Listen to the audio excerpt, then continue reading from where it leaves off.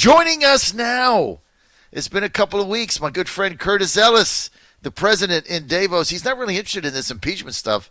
He's out talking to other countries and the international community about the number one economy in the history of the world. That's the U.S. economy right now. He's got this big trade deal, phase one deal done with China, and coming in now to talk about impeachment, that and everything else. Curtis Ellis. Curtis, a senior advisor with America First Policies. Curtis, great to have you, man. Hey, it's great to be here, John.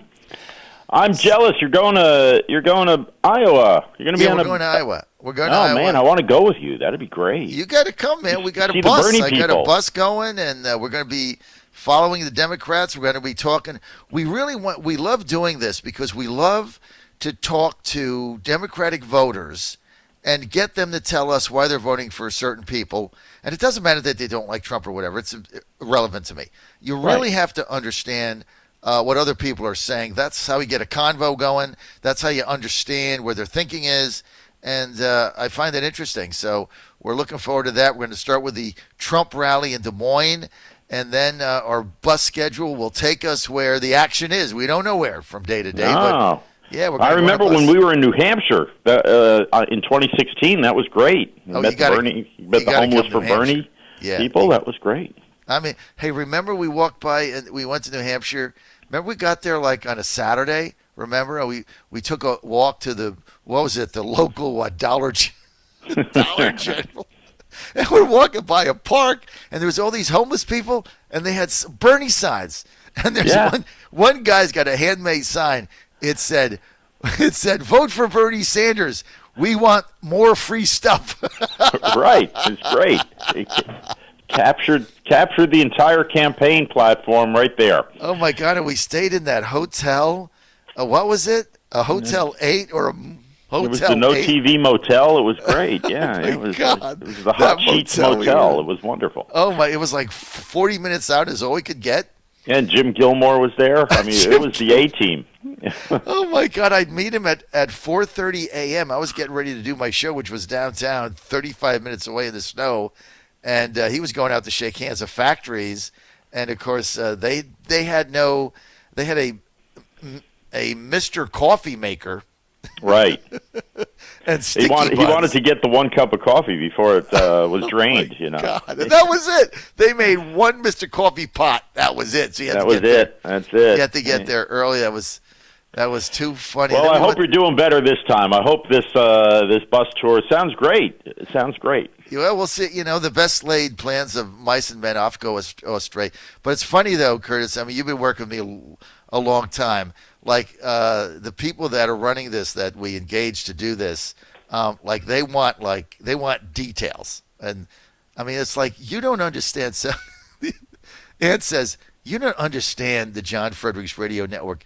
There are no details. This is run and gun. Well, where are we going? I have to know where the bus is going. Ann's like, well, each day about 5 a.m., John will tell you. It's going between the yellow lines. That's where it's going. The bus is going between the yellow lines. It's probably staying on the blacktop, but we can't guarantee that even. So, all right, tell us about the China deal. Well, so President Trump's over in Davos, and he's talking up the China deal, talking up the U.S., Mexico, Canada deal, and talking up the greatest economy that the America's had in a long time. And the China deal, if everybody has probably been paying attention to impeachment and maybe you haven't heard, the China deal's going to lead to the Chinese buying $200 billion more of what we're selling from our farmers, from our energy producers, our oil and gas people, from our manufacturers. And the China deal's has enforceable mechanisms in it, and this is I think this is the most interesting part. People don't understand that the previous trade deals were basically like the Roach Motel. You check in, but you can't check out. So even if the other side violates the terms of the agreement, we're still stuck in the deal. This one, it says we can withdraw from the deal if we determine, not we meaning both parties, but if we, the United States, determines that China's not living up to its obligations under the deal, we call the whole thing off, which I thought was the way all deals worked, right? If you're in a contract and the other party violates the terms of the contract, it's over. But I remember when I was over there in the Labor Department, the International Labor Affairs Bureau, went to Geneva to talk about this case we had against Guatemala, right? And I won't get into the weeds on this one, but basically Guatemala was violating the terms of the Central America Free Trade Agreement. And I thought, well, why don't we just withdraw from the deal if we don't like what they're doing and they refuse to change their ways? And they said, "Oh no, you can't do that. That's not in the agreement." Well, that's stupid. So President Trump's fixed that. We finally have a trade agreement where if the other side doesn't live up to it and we decide they're not living up to it, we don't have to ask somebody in Geneva to decide if they're honoring their word. We get to decide that. We can pull out of it, and China can do the same thing. So the fact of the matter is we got the better end of this deal. China is in very bad shape. Their economy is the worst it's been in 30 years by their own admission, and they never admit the truth. It's probably much worse than that. Besides the fact they've got this new virus going around, this new bug, new pneumonia, a new strain of pneumonias, but that has nothing to do with the trade deal. But they used to say the economics. They say if America catches a cold, the rest of the world gets pneumonia. Well, right now China literally has pneumonia, so I don't know what's going on. Maybe it does have something to do with the trade deal. So the phase one deal, there's no downsides for us because it's better than trust and verify.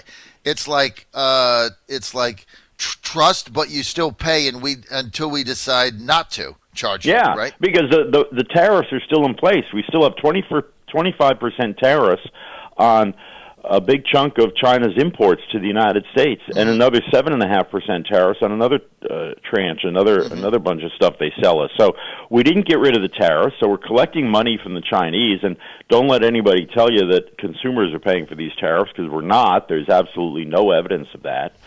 So this is another promise that President Trump has kept. He said he was going to put tariffs on Chinese imports. He did. And now, finally, after all this time, people are coming around. People, I mean the elites over there on Wall Street and elsewhere, are beginning to realize that these tariffs aren't going away. They're probably going to be there after the election, unless you get some spineless Democrat in. But even Andrew Yang, who has absolutely less than zero chance of getting elected, he said he would not remove the tariffs. So this is the new normal. Tariffs on China. Yay. Great accomplishment.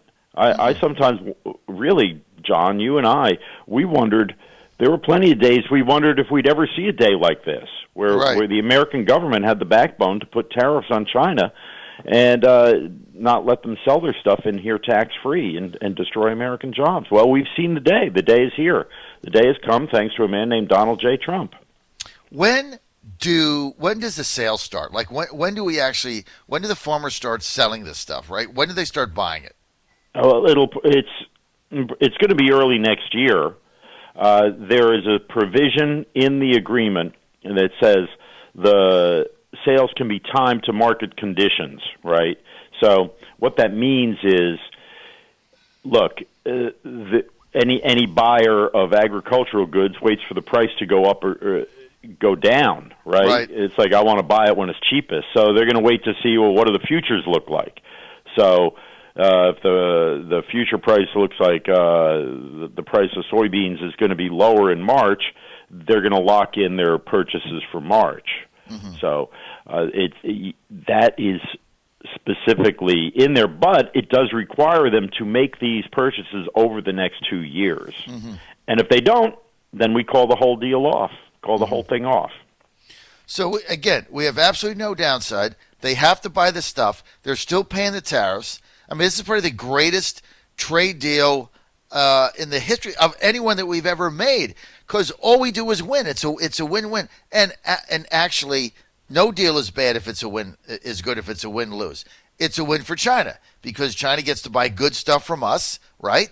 And, they can keep things going, and eventually the tariffs will either be removed or come down because the president didn't run on funding the government through tariffs. He just wants to be fair, and he wants to be able to have the Chinese to stop cheating. But look, I mean, if they keep sending spies in to farm fields, and if they keep stealing our stuff, deal's off. And it's a hand that President Trump can't lose.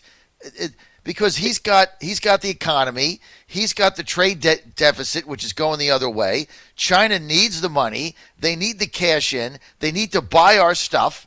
So he holds all the cards. He does, and you got to ask, why would China make such a deal? Right? The way you've laid it out, it's like, well, why the hell would China do this? Because they were terrified that Trump was going to put more tariffs on. Exactly. He was going to raise the tariffs. They were scheduled to increase. That would have crashed China's economy overnight. Mm-hmm. They have a lot of problems over there, and that would have just made the problems worse. Right. Look, companies are moving out of China.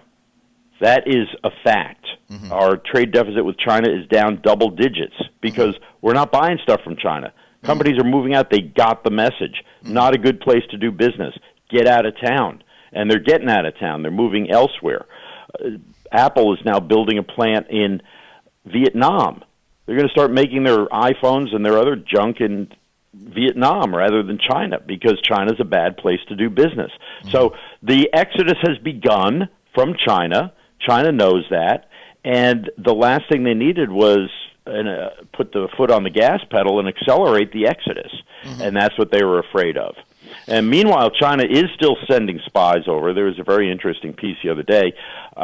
One of our cancer research labs, they fired 6 people because they were all being paid by China. And 5 of the 6 weren't even ethnic Chinese. So nobody can say this is some type of xenophobia or McCarthyism against Chinese people. They fired actually the head of the Cancer Research Institute, who has an Irish last name. So these people are all being paid by China to turn over the research funded by you and me, the U.S. taxpayer. Mm-hmm. So it's becoming increasingly clear the game China is up to, and it's not a nice situation. It's not a pretty picture, and China's getting squeezed from all sides by the Trump administration.